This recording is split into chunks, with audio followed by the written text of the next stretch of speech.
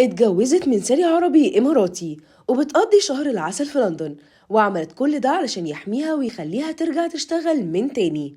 وعلشان تنفي الموضوع ردت بأغرب طريقة. ايه اللي حصل مع أمال ماهر ومين هو سعيد الحظ اللي اتجوزها؟ تعالوا نقول لكم ايه الحكاية.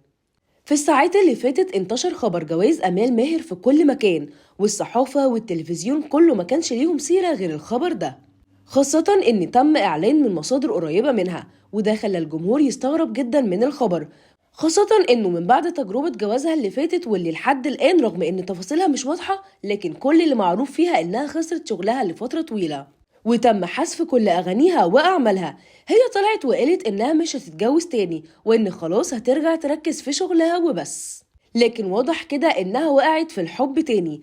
بس الغريب إنه لقت موجة هجوم كبيرة جدا من الجمهور واتهامات إنها بتدور على الفلوس، وإنه كان ممكن تبعد نفسها عن الارتباط بأي شخصية ممكن تجيب لها مشاكل.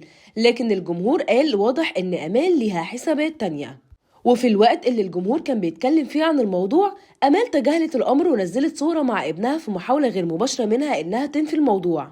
لكن لما لقت الأخبار بتزيد أكتر وأكتر، خرجت وقالت إن الكلام ده مش صحيح وإن في أي حاجة هي هتعلن وتعرف الناس كلها. وهنا الناس خمنت حاجة من الاتنين، وقالوا يا إما هي خايفة بسبب اللي حصل في جوازتها الأولانية، أو إن الجوازة دي هدفها إنه يتم حمايتها والحفاظ على شغلها بعيد عن المشاكل، أو إنها خايفة تدخل حياتها الشخصية في الشغل تاني وساعتها هتخسر الاتنين زي ما حصل معاها المرة اللي فاتت تماما. علشان كده حابة إنها تحتفظ بخبر جوازها في السر وتعيش حياة هادية.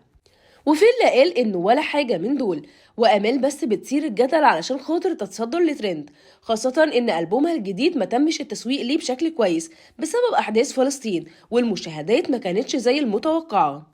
تفتكروا فعلا أمال ماهر اتجوزت ولا دي كلها إشاعات؟ ويا ترى مين هو الثري الإماراتي المقصود؟